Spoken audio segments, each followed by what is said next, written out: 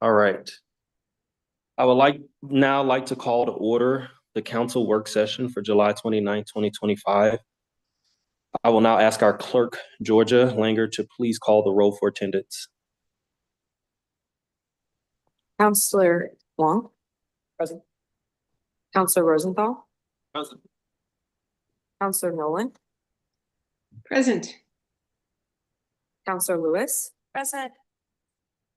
Council President Peterson and Counselor Gonzalez are excused today. Deputy Council President Simpson. Present. Thank you, Georgia. Before we begin our agenda items, can we please play the safety video for our in-person attendees?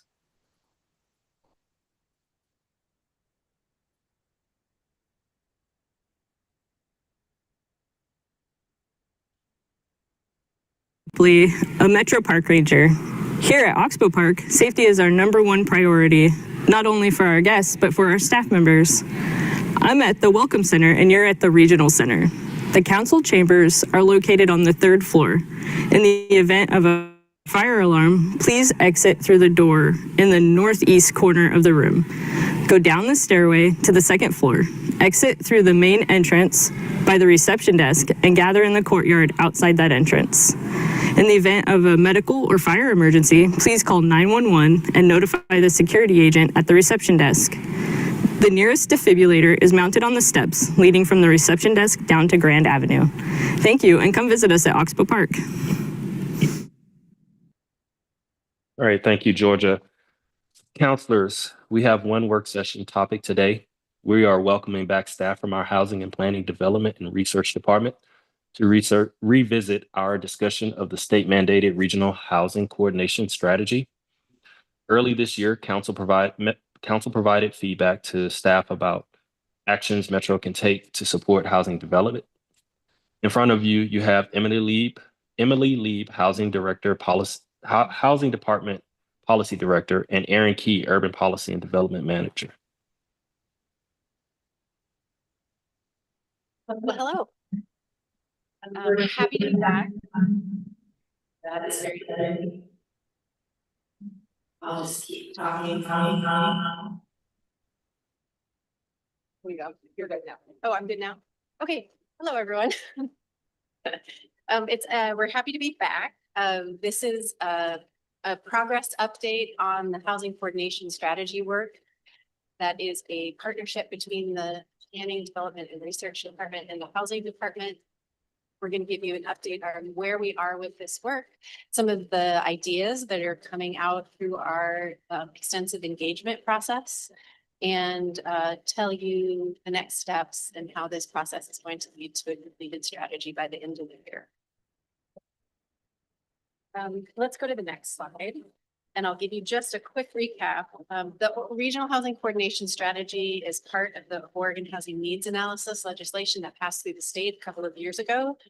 Really at its most simple, it's the state and regional governments and local governments all coming together to work towards the same goal, which is addressing underproduction of housing and clearing roadblocks to the production of more equitable housing. Metro's job is to coordinate with local production strategies and to fill gaps that are best addressed at the regional level. Next slide.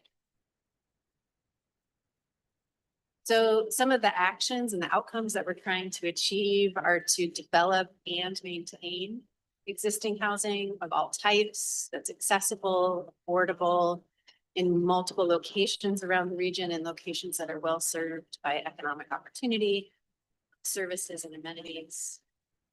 And we want to affirmatively further fair housing the strategies that come out of this plan. These are all requirements of the legislation for a regional housing coordination strategy and have been at the heart of our approach to this plan development. Next slide. So we were last here in May at a work session giving council an update. We talked a lot about our engagement strategy, who we were planning on talking to, a little bit about the technical analysis that was underway.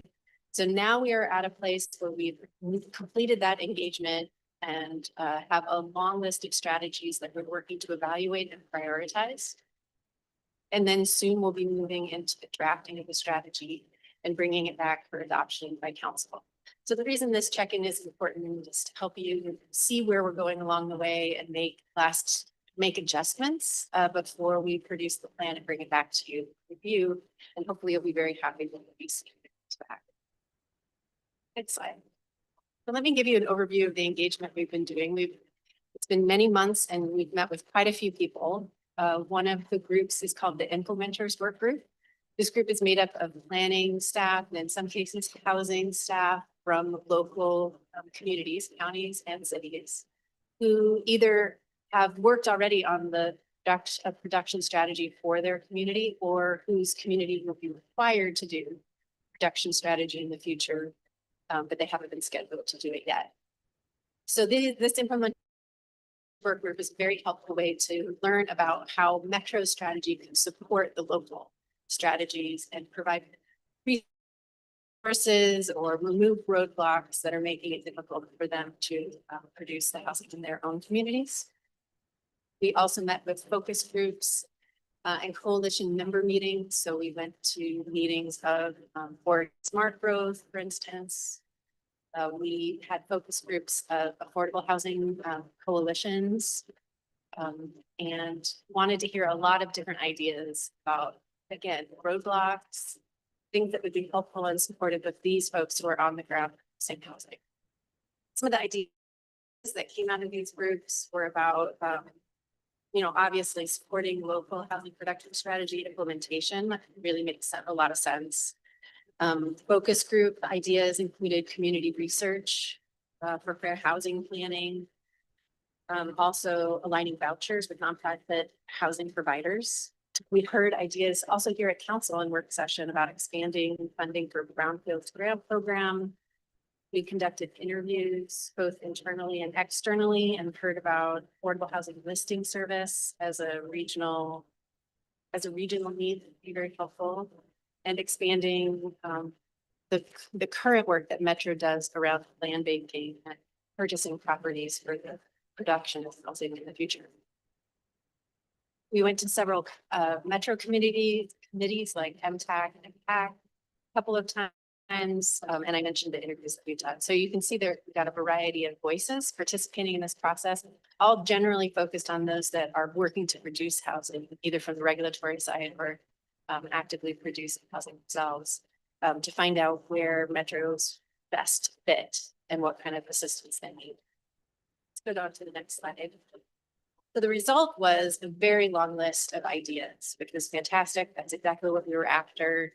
We took that list of over 100 actions and we saw a lot of repetition, things we were able to group together.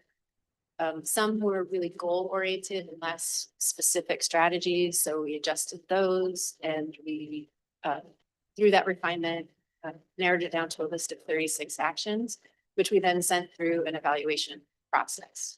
Now, if we go to the next slide, I'll tell you a little bit about the pieces of that evaluation process. First and foremost, we worked on giving everything a number score based on its impact, anticipated impact and effectiveness. That was kind of the biggest criteria, as well as Metro's ability to implement, either because it was best implemented at a regional scale or it wasn't being done by others. Other factors in this included, is it something that Metro's already doing that we can build on and expand, or is it something that we need to start from scratch? So we provided a numerical evaluation of each of those 36 items, and then made sure that we were also, with that list, addressing two other very important requirements of the statute: impact on housing stock. So making sure that we were, again, remember the diverse housing types and housing in different locations and affordability levels. That's the impact on housing stock, as well as advancement of fair housing. This gets into accessibility, more depth on affordability, and how the location of housing is spread out across the region. So we checked our list for these elements and found that we were addressing all of them with the list that we had. And I'm going to then pass it for a little bit more detail to Emily to talk to you about the resulting list. Great. Good morning, counselors. I'm glad to be here with you. If you could go to the next slide. In your packet, you have a list of all of those 36 actions. We have done some, they are ranked according to how they came out of that evaluation process. And so highlighted in green are some of the actions that rose to the top through that evaluation framework. And the items in gray were lower scoring through that framework. We then had some additional engagement with our implementers work group and impact, where we had a chance to get feedback on, did they think this evaluation was appropriately bringing the ideas that should be rising to the top. And so we'll talk about what that looked like, but you also will see in that list some items that are in gray, which meant they scored lower in our evaluation, but have a green outline because the folks, our jurisdictional partners, have really strongly encouraged us to provide feedback that we should take another look at those ideas. So move on to the next slide. We can take a look at some of the themes from our recent conversation with the implementers work group. Again, that's the housing and land use staff from across all of the 18 jurisdictions that are required to create housing production strategies, as well as MTAC. And as you can see, some of the bigger ideas that have consistently risen to the top, both through evaluation and feedback, are a lot of alignment around another affordable housing bond, a lot of alignment around the idea of regional land bank plan, expanding work in that area.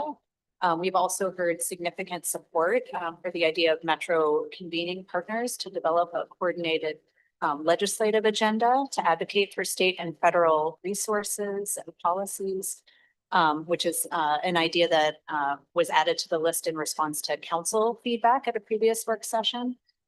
And we've heard strong support from jurisdictional partners for strategies that would invest in their technical assistance or support with implementation of their local housing production strategies, as well as funding for affordable housing redevelopment and technical assistance. Ultimately, the evaluation framework was just a tool to kind of generate a list and start to get some feedback on prioritization. We have more work to do to further narrow that to a list of what we can take 6 years. But this was some initial feedback that will help inform that work. And then if we go to the next slide, we also received a few more ideas. So that initial list of 36, these are 7 additional ideas that were identified through later phases of our engagement, including ideas that came out of a survey with Housing Oregon members and some feedback from our fair housing consultant on potential opportunities or gaps in our list of action from an affirmatively furthering fair housing perspective. So these are 7 additional ideas that will be feeding through that evaluation framework. So I guess that puts us at 43 ideas total that are being evaluated. And if we can go to the next slide. So as I mentioned, this list, even, when we look just at the items in green or with the green outlines, is probably more than Metro and feasibly and effectively take on over the next 6 years. So in the coming weeks, the project team will be looking a little bit closer at feasibility and other considerations related to potential sequencing or timing of different strategies. So looking at the cost, what kinds of funding resources or staffing needs would be associated with that, and then taking a look at any intersections with existing work that's underway and opportunities to align. There are strategies on this list that relate to current work already underway. So it's taking a look at what opportunities do we see to further advance that work in the next 6 years. And then ultimately, we want to look at the package of recommendations to be sure it's addressing all of the statutory requirements, that we have a nice balance of strategies, both We've heard feedback that the final list should include some bigger, more challenging ideas as well as some low-hanging fruit. And we also want to make sure there is a nice balance of strategies that are impacting different elements of housing production and specifically getting at that affirmatively furthering fair housing piece. Ultimately, we will be working toward producing a set of draft recommendations, draft strategy for public comment review in September. And go to the next slide. I can talk you through the timeline for those next steps. So you see that we are here in July with, we've just completed presentations to MTAC, MPAC. In August, we will be working to develop a draft set of recommendations, which will be released in early September. We will be going back to MTAC and MPAC for another round of feedback with that public comment review, and then coming back to the council. And ultimately, we're working toward council adoption in late November, December. And go to the next slide. We just have a few questions for discussion. So we'd love to hear if you have any questions about the process so far, if we're on the right track, and any other considerations you'd like to share. Thank you so much, Emily and Aaron. One, on your diligence on this process, but I really want to uplift that community engagement to get over 100 and, recommendations and whittle that thing down to 36. That's really good. So, counselors, any questions or comments for Emily and Aaron? Councilor Rosenthal. Yeah, thank you. And I agree, first of all, to answer on the second bullet, I think you're on the right track. It's a long track and pretty complicated. I have three comments. First of all, I will reiterate the comment made by the WCCC that said that one of the things they need is a better coordination or liaison between the state, who they think the legislature often makes changes and we don't really understand local situations. So they want Metro to be a stronger interpreter of what the legislature comes up with from time to time. And that was a number of people on well, actually, I think it was either MPAC or WCCC. I can't remember, that made this comment. Several of the mayors said that this is a need. So I'll make that comment. The second comment I have to make is one of the things, and this would create more work for staff, I'm afraid. I would like to see a breakdown of these and a prioritization of these things according to the type, because different processes and different priorities work differently for different things. There's a big difference between large scale apartment development dwellings in center cities and small scale duplexes, triplexes, or single family detached homes and so forth. So I think that a breakdown according to the housing type and the housing range is important to identify which ones work for which. And then the final comment is more conceptual. We know how to build.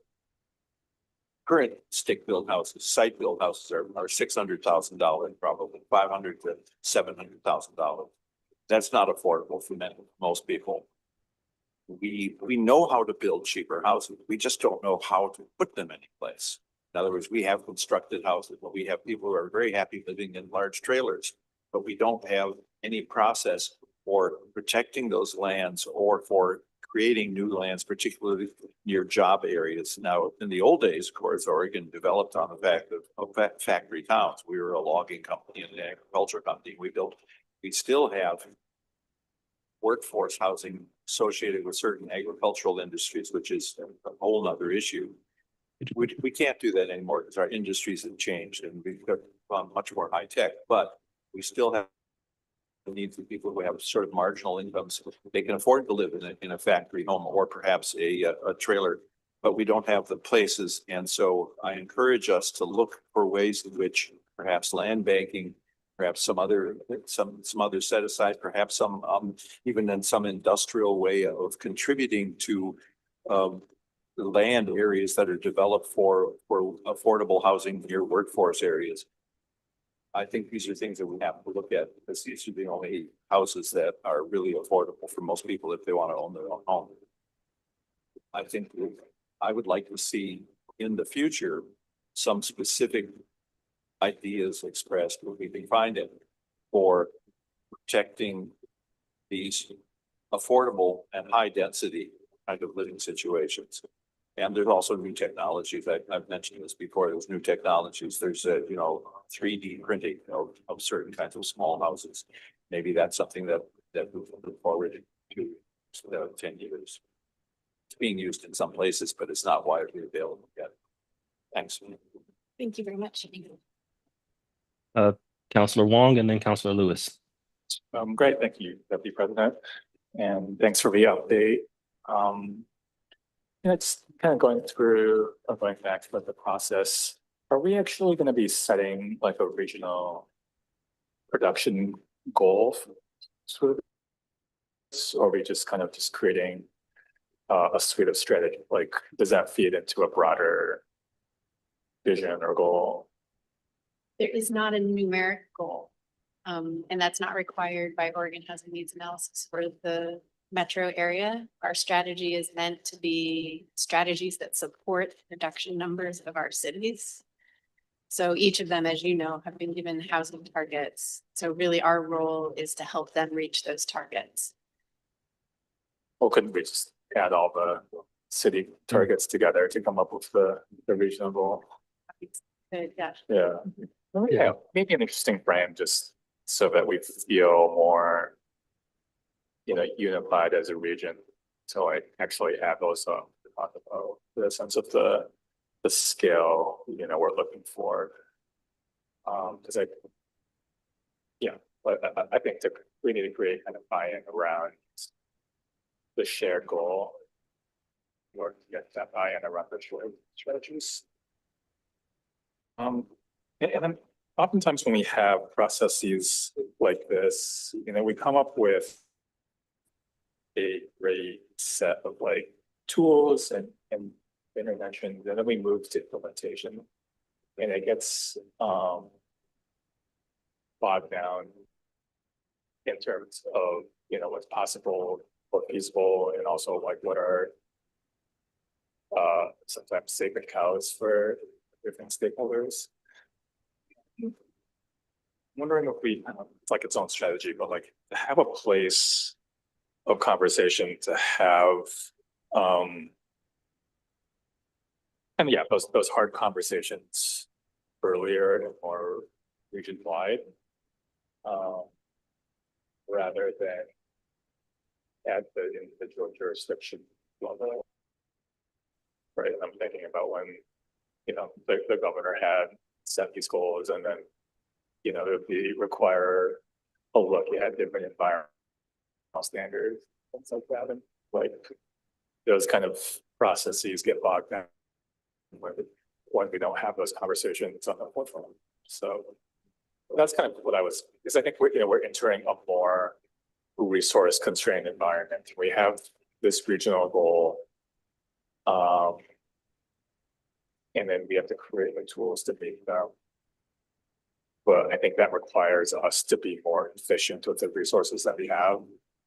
And that efficiency really comes from, we can't do everything with every dollar sort of thing. So like, what are the things that are the most important that we keep central, and what are the things that we be more flexible on? And I think having that conversation head on would do us some good. So I don't know if that's like a strategy or something, or if it's coming up in like the technical committees, but somewhere we should be having broader stakeholder.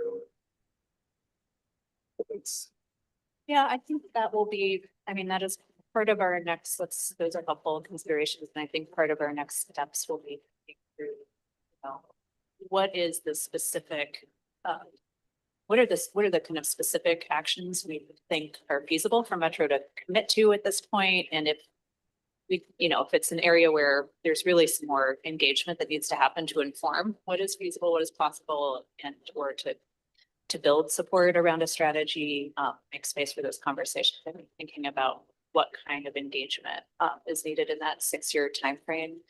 But that could be the first step for some of these bigger strategies and ideas. And so yeah, I think that will be part of our next set of considerations, and we'll be eager to have council feedback on how, how council would want to be involved in helping to bring partners together to have conversations. I think that's a place for council to really lean in is, like we're hoping to make policy judgments on where trade-offs can be made. So I think having that technical advice would be helpful, but I don't think we're gonna hit like really ambitious production goals without those type of conversations. I also think we have a lot of ideas on this that have broad support with Sure. partners, so doing that as well. Yes, and a lot of broad support, but also like going back to voters. I think a lot of different moving parts there. Just last question.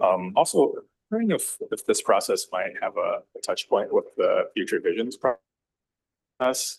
I think in our future vision conversation, I think with housing in our region will be top of mind. So there's going to be some sort of like Yeah, I think there's an amazing opportunity with all of the engagement that's gone on over the past year.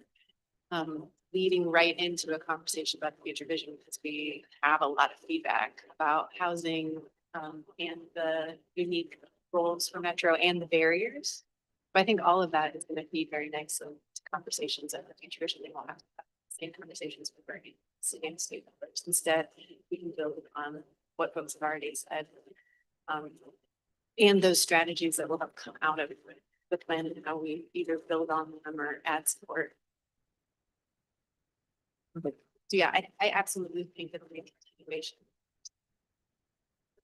Yeah, I'm just hoping there's some sort of like crossover event and time together to link kind of strategies with the emerging future vision. Yeah, good idea. And we can have a conversation with that team too about maybe there's an introduction of this strategy to the mission or another opportunity to make that connection really practical. And Councilor Lewis. Sure, thank you so much. In terms of right direction or wrong direction, I'd say absolutely right direction. I think it's good to have a long list and not to lose track of some of these things, even as we whittle down and find focus, particularly on things that require money and things that maybe aren't free, but just require staff time and, emotional attention. I do want to highlight a few things. First, voucher portability. Absolutely important, and Metro probably has the strongest role to play, having funded a great number of vouchers within a very limited time window here. I worry that it's going to get lost because the players that work on vouchers are less involved in many of the other things on the list outside of our organization. So I just want to flag voucher portability is going to potentially look like a different conversation than some of these other built environment items. And then in terms of new affordable housing bonds, want to underscore that for me, that is an absolute given. And we will be doing another affordable housing bond. The question is, does Metro do that 10 years from now? Or do we do one sooner that layers funding on top of paying off the one we already have? So that's not a question for me. That's we're doing it. And there's kind of two routes there, but it can't fall off the top priority. Because the housing bond that we've currently been implementing has unlocked so many opportunities. And we see right now what the lack of having that funding source means, even as we're optimistic about the federal LIHTC reform and where those tools can actually finally lean into the affordable housing development market for no longer there. And that brings me to OHCS with a desire to align with their timelines. I think it makes sense to consider their timelines in their NOFA and process cycles. We should also challenge them to move faster.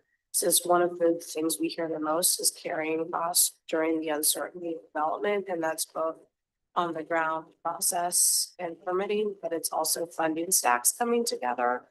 We should be more nimble than any other funder. Maybe save. But I would like for us to be moving faster so that we're never looking back. But I think it's a good list and I appreciate the process and all of the stakeholders. All right, thank you, Councilor Lewis. Coming back around to Councilor Rosenthal. Thank you, Chair. I apologize. In the course of discussion, listening to the other councilors, I had three specific questions. First of all, my understanding is that the cities will have numeric goals and they have to set numeric goals. When do they, and they come at a staggered rate. So when is I'm like 4 or 5 or 6 of them have already done so, but the rest have not. What is the timeline? And will we be reviewing them for, shall we say, weirdness or compatibility? And I was looking at it and saying, oh, you use a very different method than all the other cities.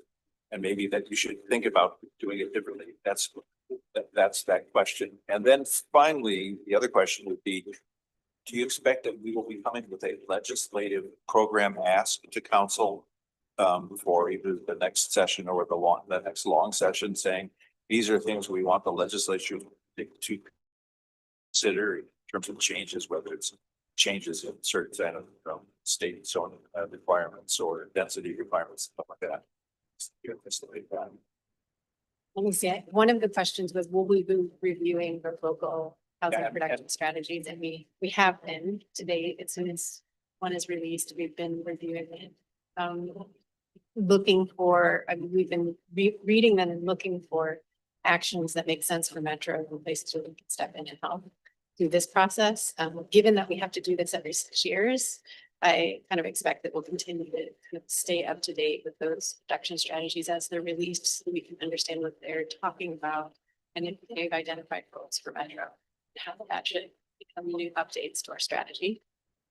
The other question would, do we expect that we'll be going to the legislature?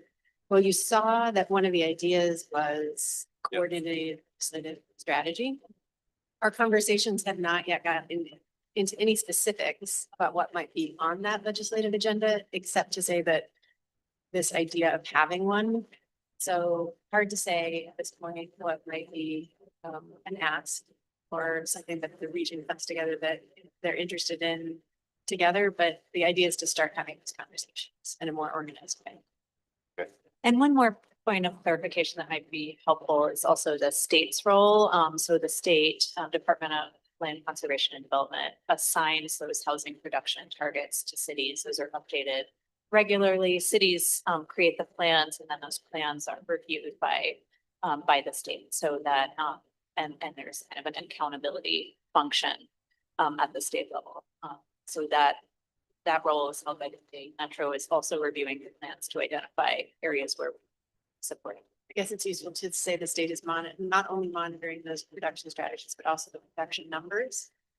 And they're working with a new office. So sort of the three-way coordination going on between the state and between us or our jurisdictions and between the cities, the jurisdictions themselves.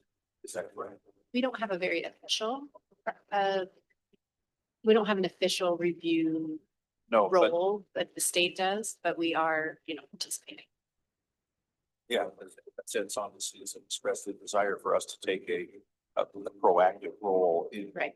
coordinating state in some cases. Right.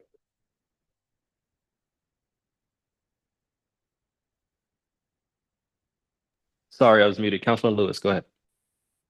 No, thank you. I thought I was done, but I've had thoughts. Thinking through cities as actors and Metro's role in relationship with that. We definitely have a larger conversation to help spur and convene around SDCs and infrastructure.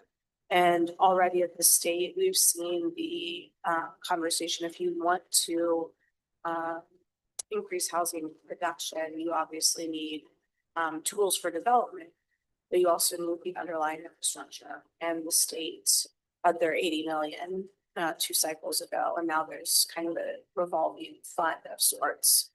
But SDCs are not designed to support new development that's equitable, in the sense that they are not able to fully support development in areas that don't have any underlying infrastructure of that type there already. They're kind of an add-on amount. And if we continue to have cities use SDCs as their only funding mechanism, we will continue to see new growth that has to pay for itself, only be luxury development, or only be either priced through additional SDC or priced through additional burden on the developer, not the type of development that meets the needs of our entire community. And cities are not the venue to have the conversation because they're so reliant on SDC. So I think we do play a role in convening, not from an academic, but from a practitioner standpoint, how to find smart infrastructure that does blend what the traditional SDC, but additional state or local resource can be, that's truly encompassing of all kinds of housing developments. Thank you. All right, muted again. Thank you, Councilor Lewis. Any other comments for Aaron and Emily? Councilor Nolan, I'm looking at you. Make sure we capture you if you have anything to share. A lot of what I am interested, thanks, Mr. Chair. A lot of what I am interested has already been raised. I'm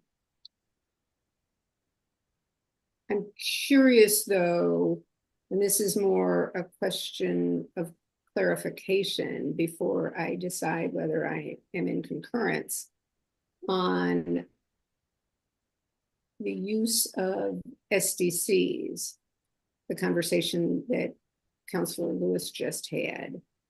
I'm hesitant to promote reducing or eliminating SDCs for what I consider to be fairness questions, since not having SDCs means people who own properties now, single family homes, duplexes, apartment buildings,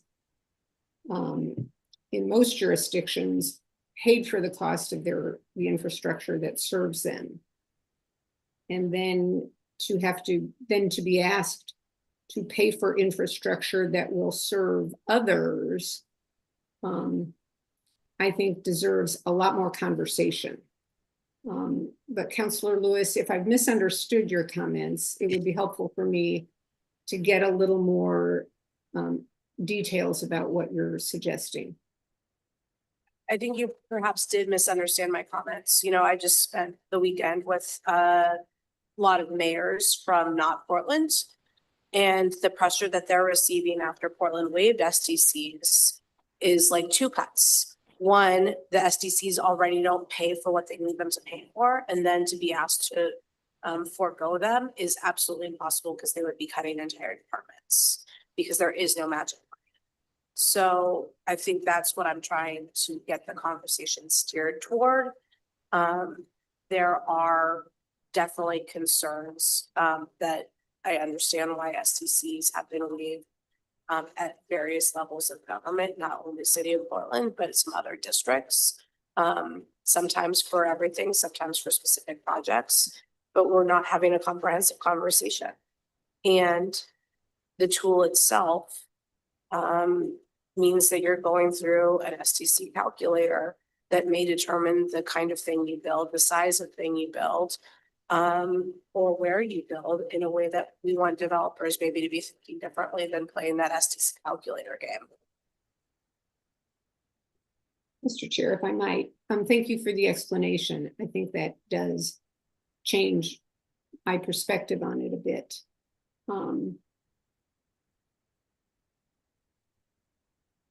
I don't serve on the Portland City Council or in the city administrator's office, so I can't speak to or justify their decision.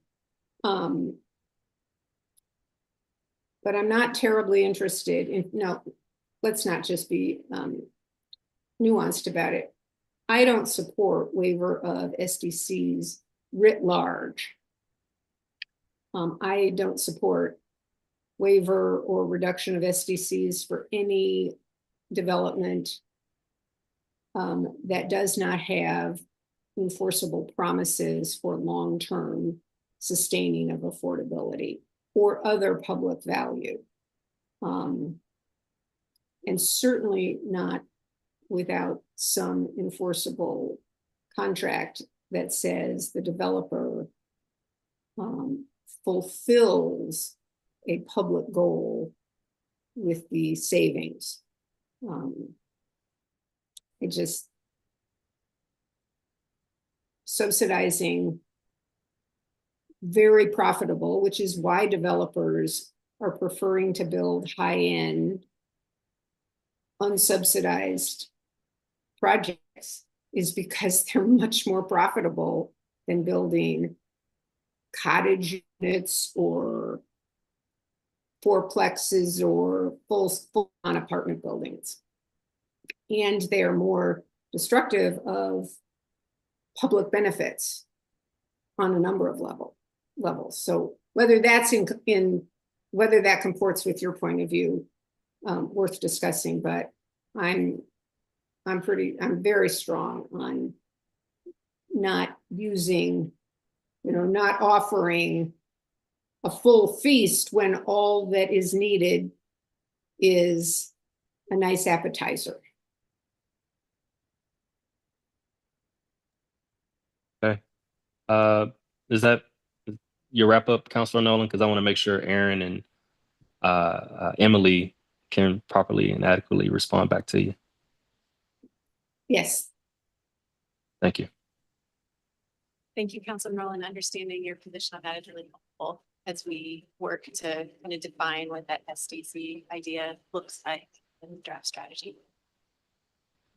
I think there's a lot of conversation. It really is a concept of an idea. And it really, at the heart of it, is about how do we replace this traditional funding source and when, and there's a lot of amendments and that need to be explored. So your comment about needing a lot more conversation, that will absolutely be part of this item. If I might, Mr. Chair. Please. Aaron, you just said the need to replace this funding source. Have we even determined that it needs to be wholesale replaced No. or significantly replaced?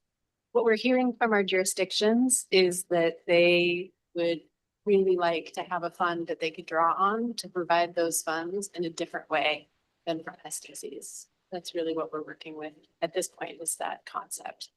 But as I said, And it's where not do they think this all- fund is likely to come from? Exactly. We have no idea. That it's really a concept and an idea that needs kind of a process to explore and define it. As you've said, research probably to understand the needs, the amounts. It's really an infant idea. Yeah, the feasibility considerations were part of what led that to be lower on the list in our evaluation process, despite the potential for it to have significant impacts. But There's a that was question one of- here yeah. about, I'm sorry, there's a question here about whether the objective is to lower costs, which either means building in more efficient ways, expediting the process to limit downtime, or lowering standards. Or is the objective to shift the cost? Because finding an alternative to SDCs is a shift of cost. It just changes whose pocket the money comes from. It doesn't change the cost unless you do some of the other things. Yeah, no, I think this idea is about shifting cost. Well, everybody wants to shift cost. I want someone else to pay the $40,000 of SDCs. Now I'm done, Mr. Chair. Thank you, Councilor Nolan. I heard a lot here, and I want to make sure that I captured this correctly. It seems as though Aaron and Emily are on the right track. There needs to be some urgency and flexibility around these funds or these strategies and how we deploy them. But also heard that there is a need to incorporate a future visioning process into this, as well as how do we look at it holistically with job ready lands around and or with this work. And I'm going to hit on the job piece because an article came out yesterday. Multnomah County has been in jobs decline for the last 12 months. So that is an unfortunate truth to our region. And we have to, like, as we continue to have these conversations around housing, we also have to mix in pieces around affordability and making sure folks across this region can afford the housing that we are also talking about trying to build here in this space. So I thank you. And I hear that there is more work to be done around how we figure out around SDCs and if we need to move on or not. And I would love for us to come back when you come back to have some answers around that. And I think Councillor Wong put a really good bow on numbers. I think that being able to go and aggregate everybody's numbers and having a shared goal and buy-in through the region is going to be helpful in this venture. Councilor Nolan. As Councillor Lewis said earlier, I thought I was done, but now I'm not. So this is a question, particularly about this as we're helping the cities and counties reach their assigned goals. How are we working toward defining that the housing that's available should be affordable? Does that mean in the extreme, and this is way more extreme than I think is legit, but builders prefer to build McMansions. They prefer to build housing that goes from 750 and up. So if we say the housing should be affordable to people in the region, does that mean we have to find some kind of way to shift or change the costs so that a median income family can afford a $750,000 house? Because they'd like it, I'd like it. Or do we say the cities and counties, not just in this region, but let's focus here, but everywhere around the state that has to meet this statewide mandate, is there housing that's available and affordable, but it is not what people aspire to? And how do we balance that tension?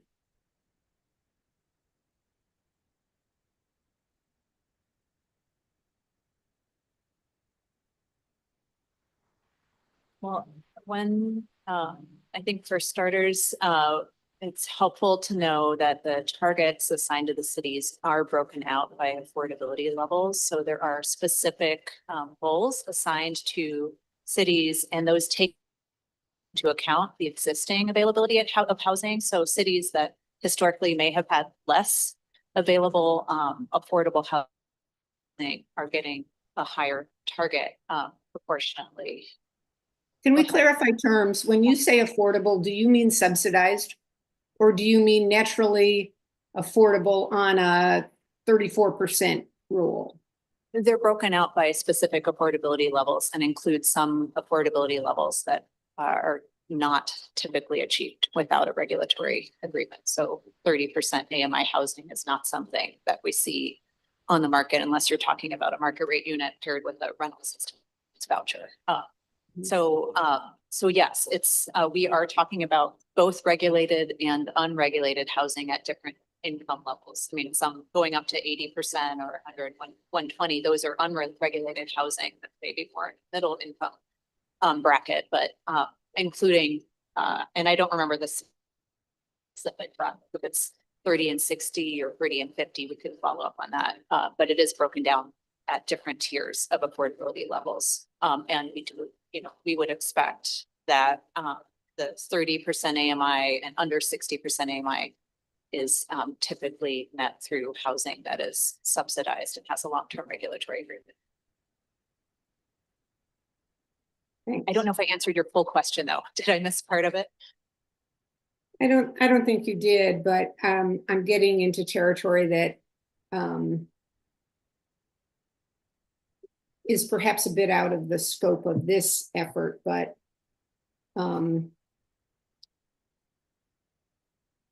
I struggle a bit with how we balance the pressure, the tension between aspirations for housing that people would find appealing and desirable and their current financial means. The average size of a house under new construction has grown practically every year for the last 30 years. And that's now what people see and therefore want. But especially if there's any kind of subsidy, is that what we are trying to provide? Yeah, I mean, I think what you're talking about does get at what the state is trying to do with its housing production targets. That they did do thinking about this balance and determining that individual allotments for each community in our region, and then the different affordability levels that they thought were necessary. That was both based on calculations of future need under production, but also the historic, what housing exists in that community and where their gaps are for affordability levels based on their population. So, I mean, those are complex calculations, but there is an aspect of that balance they're trying to reach. It could be very interesting to dig into that and understand their approach and how that aligns with what you're thinking about. Do the state targets that are established for each jurisdiction result in either parity or some other equitable definition of spreading the housing stock around? I think that was the intent. An absolute spreading would be every community should provide 15% at the top level, 25% or 25% in the second quartile, and every community should end up there. Is that how the state approached it? Or do we end up with communities where the state says, oh, you don't have to have low-income housing, but your neighbor does? There is an element of that equity built into the target. Good. So yes, so jurisdictions that have historically had less affordable housing are being asked to do more within their assigned target. I don't think it gets to full equity with the way the targets. I think it was a little more incremental, but working in that direction. And we can send you the details of what those targets look like and follow up.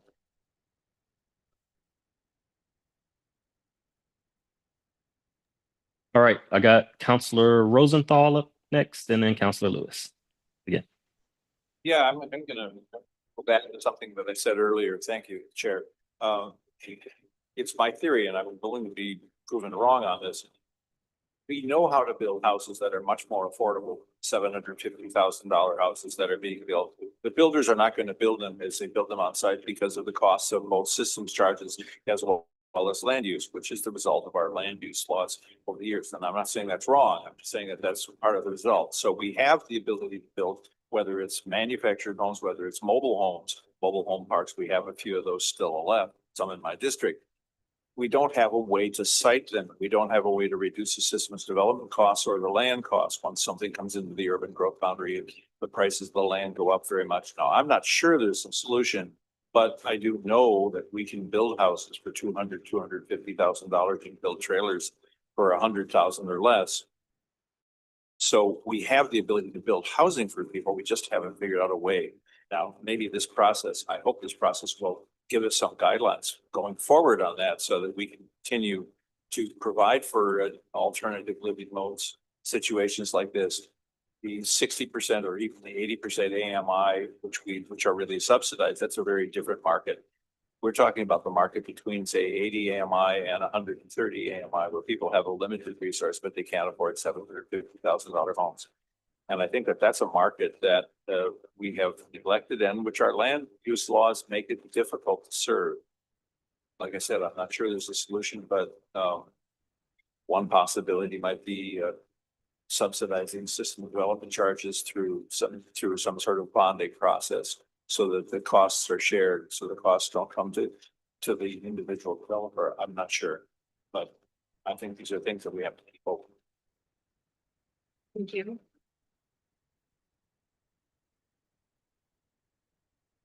Sorry, muted again. Counselor Lewis. Sure, thanks so much. I just want to kind of have a like a meta remark.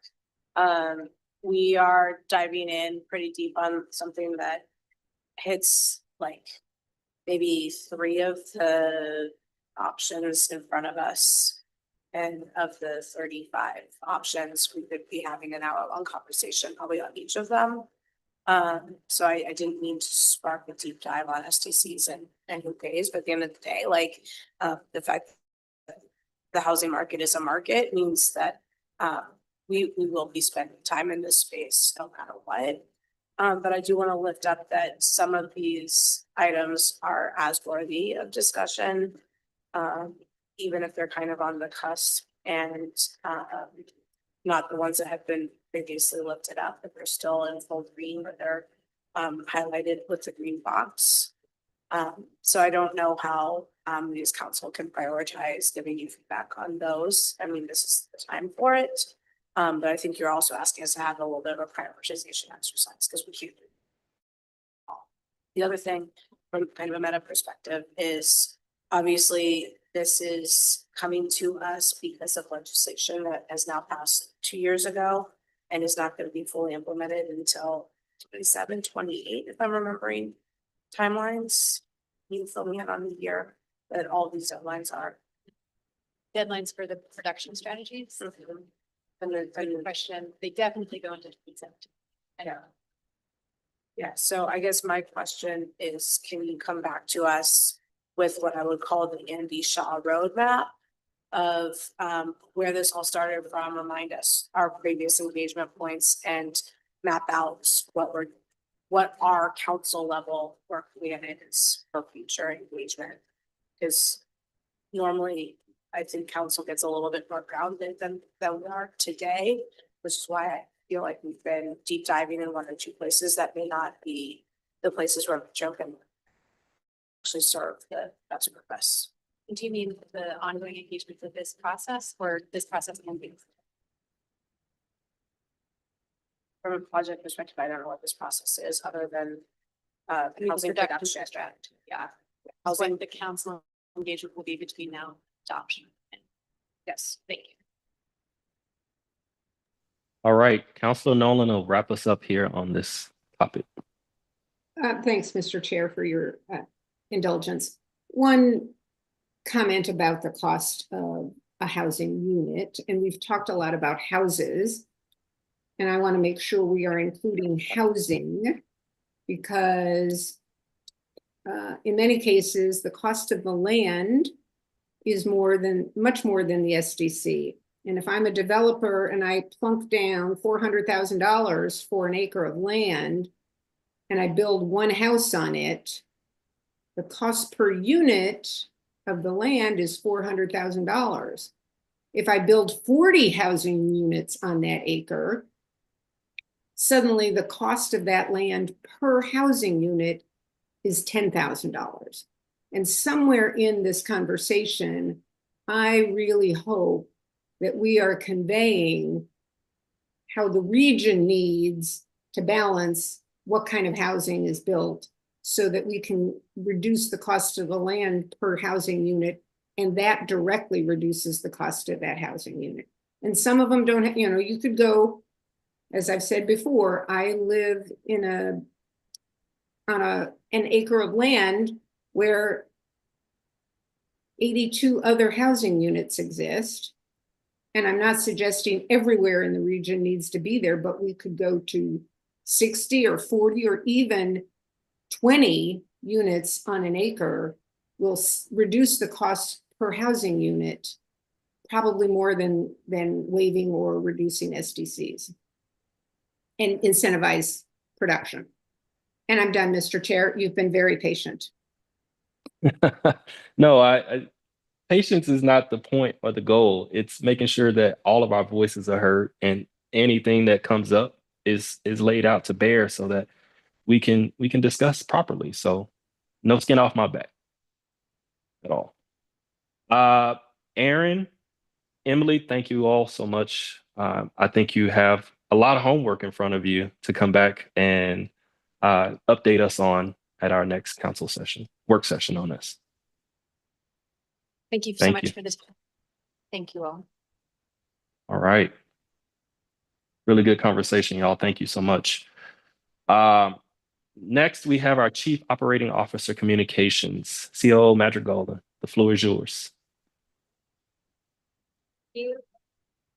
Deputy Council President Simpson, and good morning, Council. Just an announcement that Metro's biannual employee survey opens tomorrow, July 30th. The employee survey is an invaluable resource for leadership because it allows us to get insights into how employees across the agency feel about their work and what we can do better as employers. Survey data from previous years us to make real changes in the way that we operate to ensure that Metro stays true to our core values and that employees feel more connected to the mission and to each other. So it's a critical tool to help us maintain our accountability to our values, our staff, and the communities that we serve. The survey is administered by Gallup and is confidential. It takes about 15 minutes to complete and can be done on paid time. It will be open from July 30th through August 15th. A mailer is going out to employees later this week that includes the survey address and QR code to access the survey in Spanish. So I would strongly encourage all of our leaders here at Metro to make sure that everyone in our staff have the time and access to a computer to take the survey so we can make sure we're getting the most out of this valuable opportunity to check our work. So much. Answer any questions. Thank you. Questions for Marisa? All right. Oh, Councilor Lewis, I didn't see your yellow hand pop up. Yeah, thank you. I think we've been hearing in particular from two of our departments about stress on staff due to staffing levels after our last budget went through. And I just want to lift up that taking a 15-minute survey on paid time feels like the bottom of the triage bin, but it really is at the top of the triage bin.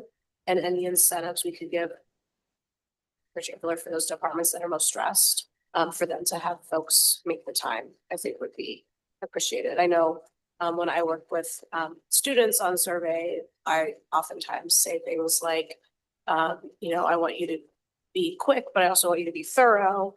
And they end up on the quick side and not the thorough side. And I know with this one, it's a lot of push buttons and not a lot of words. So anything we can do to say, look how quick it actually is. And for every X number of people who do it, maybe there's a rise. So really incentivize, because this data really guides a lot of big decisions.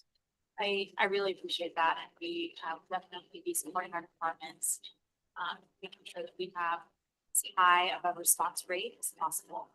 There has been a lot of change at Metro the last year, and know that folks are feeling just smaller teams, missing their colleagues, and definitely want to make sure that folks feel they have the time, space, and Thank you. Thank you for that, Marisa. Council of Communications. Counselors. All right, I have Counselor Nolan and then Counselor Lewis. I just wanted to report back, colleagues, that the Regional Waste Advisory Committee met last week. Not much in terms of advice to the council out of that meeting. They heard back one difference of opinion about one of the recommendations they made on their efficiency standards, but there wasn't enough disagreement to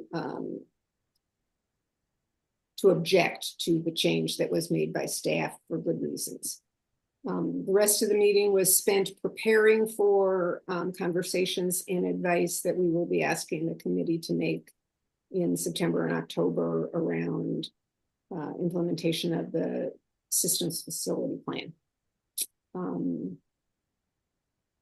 That's it from there. All right, thank you, Counselor Nolan. Counselor Lewis.